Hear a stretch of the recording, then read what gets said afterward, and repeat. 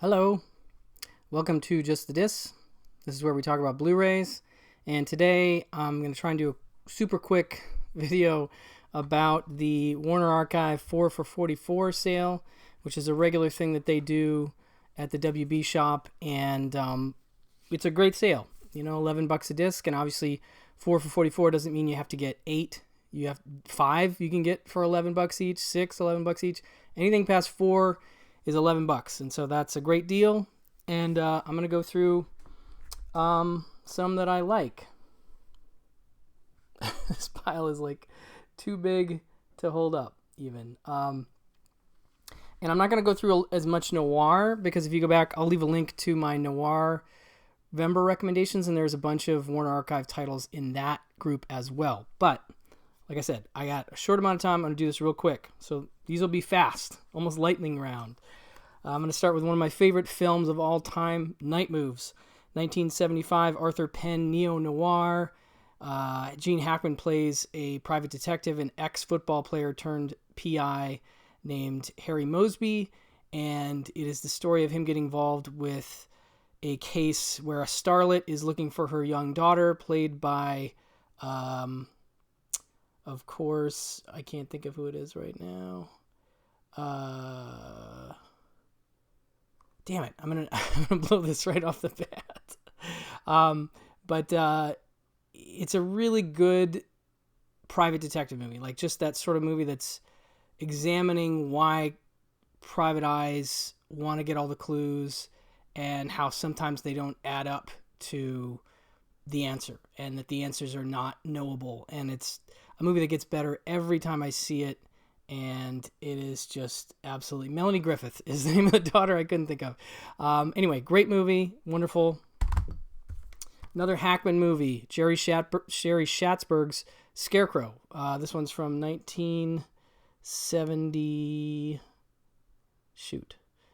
I can never see... 73. Really great story, sort of a road movie about two drifters.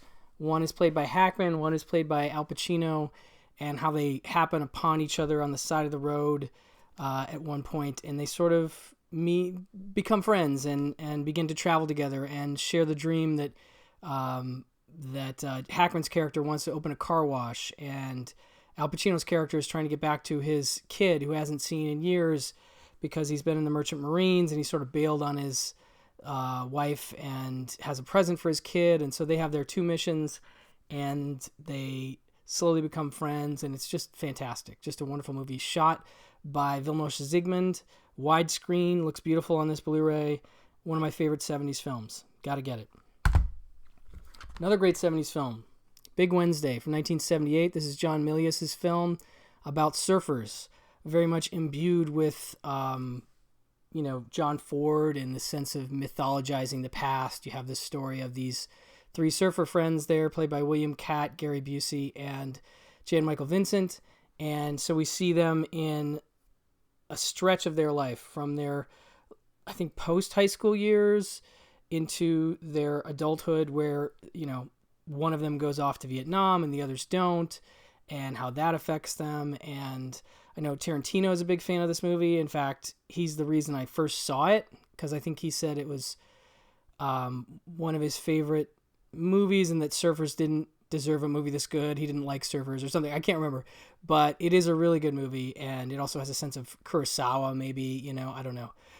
But also based on Milius's experiences surfing in Hawaii, and one of his most personal films, and just fantastic. I love it. Dark of the Sun, Guys on a Mission movie with Rod Taylor, Jim Brown, Yvette Mimieux, and these elite commandos. It says,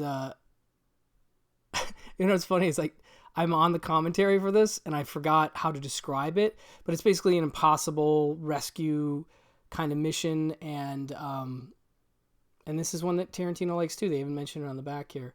Let's see, Rod Taylor and Jim Brown are among a mercenary unit rolling on a steam train across the Congo, headed for the dual tasks of rescuing civilians imperiled by the rebels and recovering a cache of diamonds. The film's violence is fierce, unforgiving, ahead of its time. Tarantino would offer a tribute of sorts to this red-blooded wallop of a cult fave by using its compelling score in Inglourious Bastards. Chainsaw fight, really great man on a mission movie, and Elric Kane and I are on the commentary with Larry Karaszewski and Josh Olson. Definitely check it out. It's been a while since I watched it, but it is a great movie and a wonderful one to have on Blu-ray. Freebie and the Bean, cop movie, buddy cop movie from the 70s, directed by Richard Rush of The Stuntman and others fame. Definitely on PC, because the James Caan character is pretty blatantly racist and is not particularly mincing words about it, but he is still oddly charming in certain ways, and he and Alan Arkin get along really well. I mean, not well, but like they're bickery well, you know, and they are basically trying to take down this big criminal kingpin in LA, and they will go to whatever means necessary, including digging through garbage and harassing people and generally breaking the law. But they're great together, and this movie is fantastic. Definitely worth your time. 240 to 1 or 241 aspect ratio, so very wide, and looks great here. My favorite year, Peter O'Toole and Mark Lynn Baker.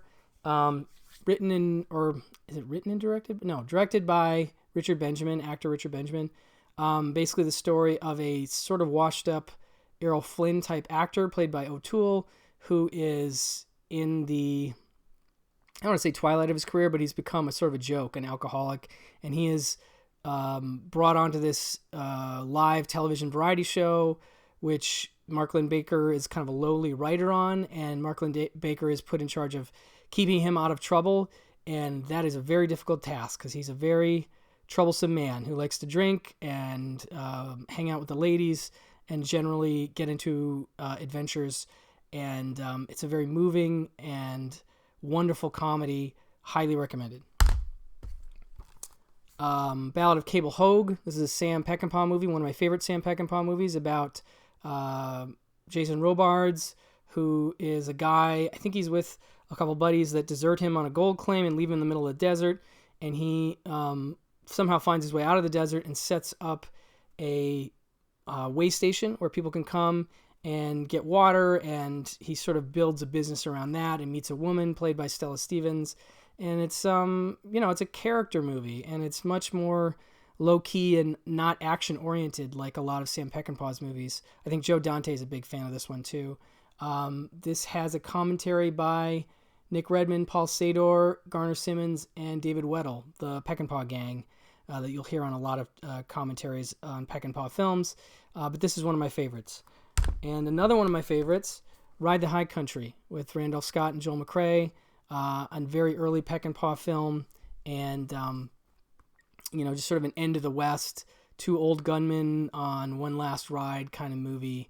And it reminds me of a Bedecker Western, a Bud Bedecker film, in that, well, it's got Randolph Scott for one, so it could be like the follow-up to some of the Bedecker Westerns that Randolph Scott did. It feels of that kind of cloth that it's cut, but just excellent. I absolutely love it.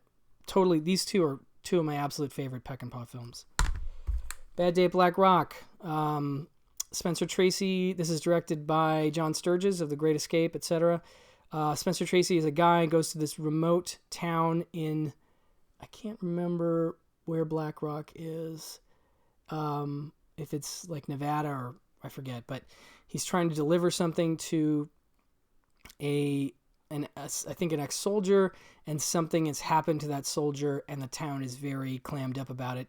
But this cast is incredible. It's obviously Spencer Tracy and Robert Ryan, Anne Francis, Dean Jagger, Walter Brennan, Ernest Borgnine, Lee Marvin, and it's just like a powder keg of a guy comes to a small town and they don't want to be bothered, and he definitely blows the lid off, let's say. But really great, really good movie. And if you can find, there's a clip of the commentary with John Sturges from the Criterion Laserdisc, which is not included here. This does include a commentary from film historian Dana Poland, but there's a clip of Sturges' commentary on YouTube, and it's one of my favorite commentaries of all time, so go look that up. I recommend that. Little Romance, couple kids in Paris, his name is, oh dear, Thelonious Bernard is the boy, and Diane Lane is the girl. She's in Paris with her mom, who's dating a director who's making a movie in Paris, and she meets this kid, Thelonious Bernard, who's obsessed with movies, and they hit it off, and they get this romantic notion that they have to do this certain thing at this certain time to seal their affection for each other, and they meet Laurence Olivier, and he's this older, wiser guy who's going to help them out. But very charming, lovely movie. It's directed by George Roy Hill. I absolutely love it. 1979. Gumball Rally. This one is a, kind of in the vein of It's a Mad, Mad, Mad, Mad World kind of thing, where you have a race, an unofficial road race that starts in New York City and goes all the way to the coast of California. And it's just a wild and crazy road race with a cast of folks like Michael Sarrazin, Gary Busey, Susan Flannery, Tim McIntyre, Joanne Neal, Nicholas Pryor, and Raul Julia, who's great. He's like an Italian sports race driver. Anyway, this one's a blast, and I'm a big, big fan of it. Also, very widescreen. Looks good on this. Trucking right along, we have Time After Time. This is directed by Nicholas Meyer, who also did Star Trek II, among other things, and wrote it. Basically the story of H.G. Wells, played by Malcolm McDowell, who invents a time machine, and Jack the Ripper uses it to escape to the 20th century, and H.G. Wells must follow him there and stop him from doing bad stuff, including messing with this woman, played by Mary Steenburgen, who he then falls in love with, and who then Malcolm McDowell and Mary Steenburgen in real life fell in love. And so it has a really great chemistry between the two of them in modern day, quote-unquote, modern day San Francisco in the 70s. But a really great thriller, adventure kind of movie. I love that one as well. All right. Sort of a family drama, a little bit of a thriller, running on empty, about two parents played by Judd Hirsch and Christine Lottie, who were part of some groups in the 60s that did some bombings, and they're kind of radical groups, but on the quote-unquote right side of things. Unfortunately, one of the bombings resulted in the death of a staff person in one of the buildings. They're hunted by the FBI and are always on the run, and they have involved their children in that as well. And their oldest is played by River Phoenix, and they have to kind of move around, and the kids have to get used to being a little cagey about who they are and being ready to move at a moment's notice. And of course, in this particular case, we find that the River Phoenix character has finally sort of found not only a girlfriend, but a vocation, in that he wants to play piano, and he may have an opportunity to do so, but it would separate him from the family, and can they handle that? And it's a really powerful movie, directed by Sidney Lumet, and just, chokes me up every time. The ending is amazing, and I absolutely love it. Really good movie, running on empty. Classic Thing from Another World. This is, of course, the original version that John Carpenter would later remake in his own version in 1982. This one has the man in the suit, but it's a very similar kind of story without all the gore, and is really great. Just a classic science fiction film that you must have in your collection, I think. I really like this one. Howard Hawks produced, some say directed. It definitely has a sense of Hawks in terms of the characters and the dialogue and stuff, but I like that one a lot. Mystery of the Wax Museum. This has come up on the podcast, I feel like. It's one of the best releases from this year. Incredible restoration in conjunction with UCLA Film and Television Archive. 2-strip Technicolor. This movie is kind of like the House of Wax before House of Wax. Very similar story. Looks gorgeous, and there's some great features, 2 great commentaries, a restoration featurette. Just a really solid classic. And then we have Blood on the Moon, which actually I did bring up in the noir one, sort of a noir western with Robert Mitchum and Barbara Bel Geddes, directed by Robert Wise. I think I talked more about that in the noir one, but definitely recommended. Also, maybe mentioned in that one is Gun Crazy, the sort of Bonnie and Clyde story, before Bonnie and Clyde, of 2 sharpshooters who become lovers and who start robbing banks and are generally looking to not end well necessarily. But Peggy Cummins and John Dahl play the two leads, and this one is just outstanding. Has an incredible shot in the back of a car where they rob a bank and they stay in the car the whole time, and they never go into the bank, and it's just a really, really great shot. Joseph H. Lewis directed this and looks fantastic, has a commentary, and even has a documentary, film noir, Bringing Darkness to Light as well. So that's an extra feature you'll enjoy. Death Trap, another Sidney Lumet film. This one is an influence on Rian Johnson's Knives Out. He mentioned it specifically as a movie that was informative in terms of his ideas about Knives Out and what it was and what he wanted it to be like. This one about a flailing sort of author who meets a young man who has sent him a manuscript that he could maybe try to steal, and maybe he wants to kill him for it, but it's unclear as to how that all will play out. Christopher Reeves is the young man, and so then Michael Caine is the author, Diane Cannon is his wife. It's very much a stage play type thing, but it is dynamic enough and interesting enough that it plays perfectly well in the film format. But a really, really sharp thriller, comedic. It's awesome. It's a great movie. Death Trap. 2 on a Guillotine. This is sort of one of my cult picks from the 60s. It has, who's in this? I forget now. Connie Stevens and Dean Jones. And Connie Stevens plays the daughter of a magician who has died and left her a mysterious mansion. And Dean Jones plays a reporter who's trying to get the scoop on this young girl who's the daughter of the mysteriously vanished/dead magician. And he ends up sort of ingratiating himself into staying at the mansion with her as they sort of try to figure out the mystery of what happened to her father. And it's like Disney meets William Castle. Really enjoyable, black and white, widescreen. I like this one a lot. And then Tin Cup, Kevin Costner. Actually, one of my favorite Costner movies, one of my favorite sports movies, about a golf pro, sort of definitely down on his luck, running a driving range, who is challenged by his friend, played by Don Johnson, who is a golf pro, like an actual touring in the PGA kind of guy, and how Don Johnson's girlfriend, played by Renee Russo, sort of inspires this competition between the two of them, and for Costner's character to get off his butt and try and really achieve in the, I forget which Open tournament, but really great golf movie. Cheech Marin plays his caddy sidekick, and their relationship is amazing. So much great stuff. This is directed by Ron Shelton, who did White Man Can't Jump and Bull Durham, and just is a really great sports movie guy, but a great movie guy in general. And I was really excited to get this on Blu-ray. It's way better than this cover makes it look. This cover actually kept me away from the movie for years, but the movie is really, really great. Very funny and awesome. I love it.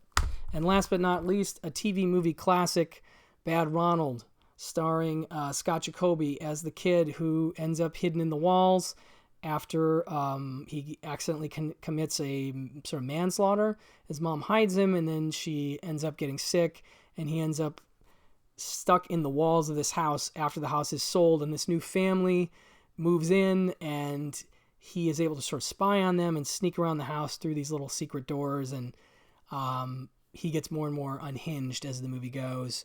But this Blu-ray looks great. I never thought a TV movie like this would get a release along these lines, but it has, and it's really, really a good, classic 70s TV movie. So that's just a little survey of some Warner Archive stuff that I like. There's obviously a lot more they have to offer. I forgot to grab my Tex Avery Volume 1. You're going to definitely want to get Tex Avery Volume 1. Tex Avery Volume 2 I have now. That just came out, but this won't be part of the sale. But Tex Avery Volume 1 is fantastic. Just a great collection of Tex Avery cartoons. There's so much stuff that these guys have. And so this is just a small sampling of things you might try out. But I'll leave a link below to the 444 sale and my noir video, and some general links to everything in this pile. But hopefully this helps. If you haven't already placed an order, maybe this gives you some ideas.